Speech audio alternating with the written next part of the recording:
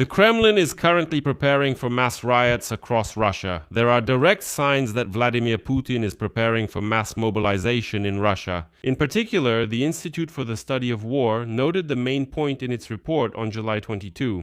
The Kremlin is creating conditions for a new mobilization, the possible introduction of martial law, and importantly, is preparing for civil unrest inside Russia that this mobilization could provoke. Moreover, the evidence of this preparation for riots is concrete. On July 21, the Russian National Guard published a draft of amendments expanding its civil defense regulations to protect Russian society from unspecified dangers. Importantly, this applies during mobilization, martial law, and wartime.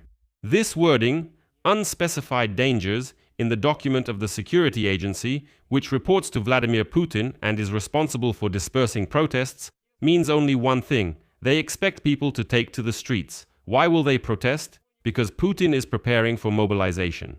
And already the next day, on July 22, the State Duma passed in all three readings in a single day a law that opens the way to the front for those convicted of banditry, participation in criminal organizations, drug and weapons smuggling.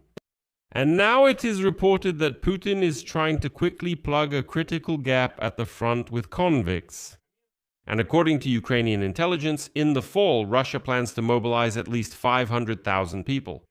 So, let's continue by going through the facts. What has been adopted in Russia? Which laws? Who will be sent to the front first? When to expect mobilization? And what all this actually means for the front?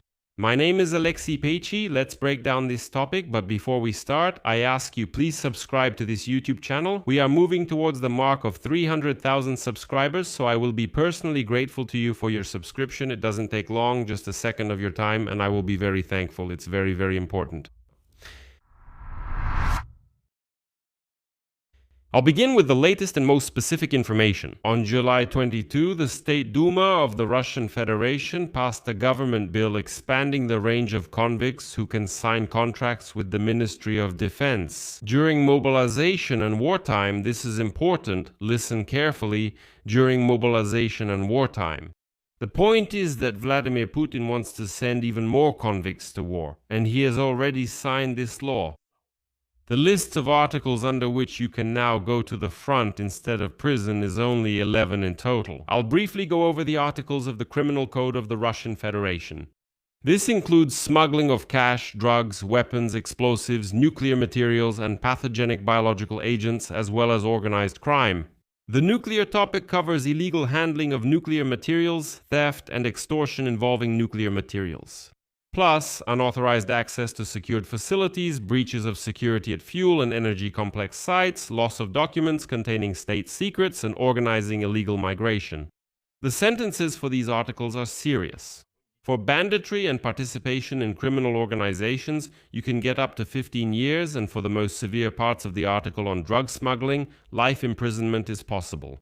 In general, Vladimir Putin decided that all this rabble needs to be cleared out of the prisons and sent to fight, since there aren't enough soldiers anymore. But I'll repeat once again, there's an important point here, an important caveat. The State Duma passed a bill that allows all these convicts to be sent to war during mobilization and wartime. And Putin quickly signed this law. Keep this thought in mind. We'll return to it soon.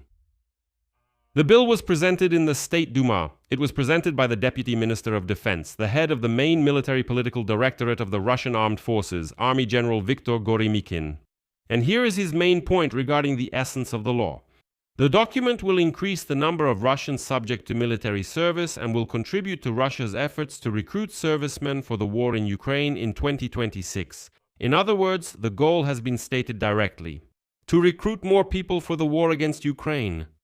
Gorymykin promised that convicted individuals who sign a contract will serve in special units under strict supervision, separate from contract soldiers without a criminal record. Basically, these are penal battalions. A telling question from the deputies was whether the Wagner Group story would repeat itself, since they also recruited convicts from prisons, and then those prisoners staged a mutiny. Gorymykin's answer was that not only the Ministry of Defense worked on the bill, but the entire security apparatus, including the Prosecutor General's office, the Investigative Committee, and the Supreme Court. Therefore, he said there is no need to fear a mutiny. And the reason for the rush is also clear. Why aren't they in a hurry to send these convicts to the front? According to Medusa, in recent months, the number of people in Russia willing to voluntarily sign contracts has been steadily decreasing. Even despite large cash payments, the volunteers have run out, and as they say, only convicts are left. Well, as you understand, Putin can't get by with just convicts, of course. Analysts from the Institute for the Study of War noted this in their July 22 report. The Kremlin is creating conditions for potential mobilization and a possible declaration of martial law in Russia, and is also preparing for possible civil unrest as a result of this step. And then there are three elements that the Institute for the Study of War uses to piece together the overall picture. First, it's the July 22 law on convicted persons, and Goromykin's words about recruitment for the war specifically in 2026. Second, and I think the most important, these are the amendments by the Rosgvardia from July 21 about protecting society from undefined dangers during mobilization and martial law. Please note this once again. They clearly change the rules governing Rosgvardia's actions, specifically for the period of mobilization and martial law. So right now, in this situation, the Rosgvardia can already disperse these protests so easily. It states that under those conditions, the Rosgvardia will receive more authority. Simply, to beat Russians, detain them, destroy them if they go out to riot and protest specifically during the period of mobilization and martial law. And third, and this is key to understanding the whole mechanism, also, back in November 2025, Vladimir Putin signed a law allowing him to send reservists to combat zones without declaring mobilization. And back then, the Institute for the Study of War already assumed that the Kremlin would use this law to carry out a phased partial call-up of reservists, that is, a hidden mobilization without any public announcement. So it all comes down to the fact that the Kremlin is not just preparing for a new wave of mobilization, but is also preparing for possible uprisings by Russians and, importantly, for their suppression. And now there is already a lot of information coming in that Russian men are simply not being issued foreign passports. It's already getting hard for people to leave Russia. What about the scale of the upcoming mobilization? Well, on July 18th, the head of the Center for Countering Disinformation at the National Security and Defense Council of Ukraine, Andrei Kovalenko, said that Russia plans to mobilize at least another 500,000 people this fall. At least 500,000 people. And most importantly, how they are going to use them. The Center for Countering Disinformation says the mobilized will be split into two groups.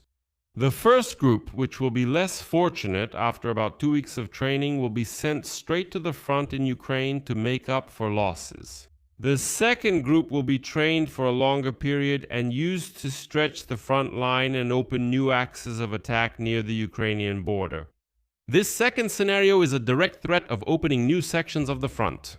That is, not reinforcing where they are already fighting, but trying to force Ukraine to stretch its forces in new directions. As for the timing, the president of Ukraine, Volodymyr Zelensky, has already suggested that Russia may announce mobilization in October 2026, right after the State Duma elections scheduled for September 20. The logic is simple. The elections are a starting point after which Putin can take new escalatory steps because announcing mobilization before the vote is politically dangerous. After the elections, it doesn't matter. You can announce anything you want. And the main motive is money. Mobilization will allow the Kremlin to avoid significant expenses on attracting new contract soldiers, because a mobilized soldier costs the budget much less than a contract soldier with a signing bonus of millions of rubles. Zelensky also warns that besides mobilization, Moscow still has other options for escalation. That means showing off new military gains or putting pressure on other countries. The president emphasized that Ukraine is calculating these risks and that such decisions by the Kremlin need to be prepared for in advance. Let me also remind you that earlier, on May 18, Deputy Head of the Presidential Office, Brigadier General Pavel Palisa, spoke about the same thing, that Putin might consider the scenario of announcing mobilization right after the State Duma elections. And next, they will present figures that explain why all this is being done. Russia loses up to 38,000 people every month. At the same time, the average monthly rate of recruiting contract soldiers has dropped to 30,000. That means there's a gap of about 8,000 people every month which simply can't be filled. That's why they passed the law about convicts. Talks about 500,000 people being mobilized and so on. There aren't enough contract soldiers in Russia anymore. There are fewer and fewer volunteers, even for big money. So either they have to scrape up those convicts from prisons or resort to forced mobilization. Nevertheless, Vladimir Putin might go for escalation. And the military political observer of the information resistance group, Alexander Kovalenko, believes that additional mobilization in Russia could theoretically change the situation in certain areas of the front, but its effect will be limited. The point is that the 2-week training mentioned by the Center for Countering Disinformation is not real training, it's just a formality, and such people become expendable for assaults, not combat-ready units. Russia's problem is not only the number of personnel, but more so in equipment, ammunition, and logistics.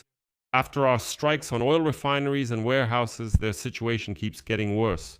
So the issue here isn't the number of soldiers, but rather that these soldiers need to be brought to the front line, they need to be outfitted, there needs to be enough fuel, and they need secure logistics, and the Russians have less and less of all that.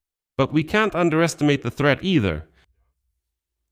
500,000 people is still an opportunity to create pressure in several directions at once and try to stretch our defenses.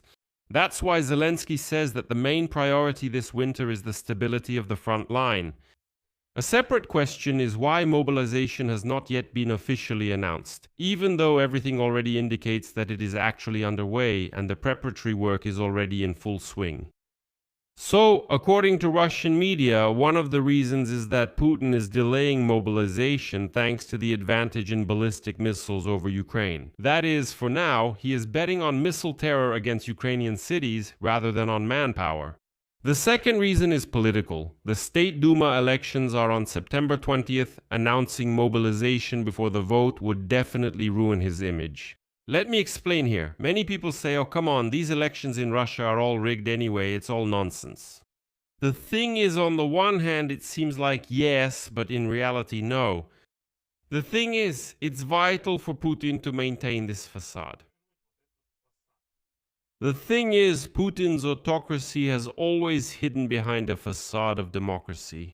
It's a kind of hybrid democracy, as Russians themselves call it. And its essence comes down to the fact that in order to maintain authoritarian power, significant support from society is still needed. Don't assume everything in Russia is fabricated. No, there really are a huge number of wild, unwashed Russians who go and vote for Vladimir Putin. And it's extremely important for Putin to maintain this image that people are really going out and voting for him. Of course, if necessary, he'll just add as many percentage points as he needs without any problem. All of this is easily done in an authoritarian country, but the image that he has public support is extremely important to him. Especially autocrats like him who try to build a facade of legitimacy. It's very important for them to keep an eye on their approval ratings. So don't think that elections mean nothing to Putin, or that he doesn't pay attention to them. He pays a lot of attention to them, believe me. And third, there's the fear of public reaction. That's exactly why the National Guard prepares rules in advance in case of unforeseen dangers. And the Kremlin is working out a mechanism for covertly calling up reservists under a law that was signed back in November 2025 so they don't have to publicly announce mobilization, and to recruit people quietly and gradually. The result? The State Duma passes a law in one day that sends bandits and drug dealers to the front. Russia's National Guard is preparing to expand its powers in case of unspecified dangers, specifically during mobilization and martial law. And the Institute for the Study of War is recording preparations for mobilization, possible martial law, and uprisings. Ukrainian intelligence gives a figure: it's 500,000 people this fall, with a division between those who will be thrown into meatwave assaults in 2 weeks and those who will be used to stretch the front line. For us, the conclusion is simple. In the fall and winter, we need to prepare for Russia's attempt to crush us with sheer numbers. Poorly trained, small in number, diluted with convicts from penal battalions and so on, but nevertheless, it's still a mass. The answer to this is what we're already doing: drones, long-range strikes on their rear areas, strengthening our defenses and producing our own interceptor missiles. Well, inside Russia, this mobilization will also hit Putin himself. They are already preparing Russia's National Guard today to disperse those whom they themselves will try to drive to slaughter. In general, we need to understand that Putin is in agony and he is trying to raise the level of escalation. I'll leave it at that. Share your opinions and conclusions in the comments below this episode. Subscribe to the channel, click the bell, and don't forget to like. That's all for now. Take care of yourselves. Goodbye, everyone.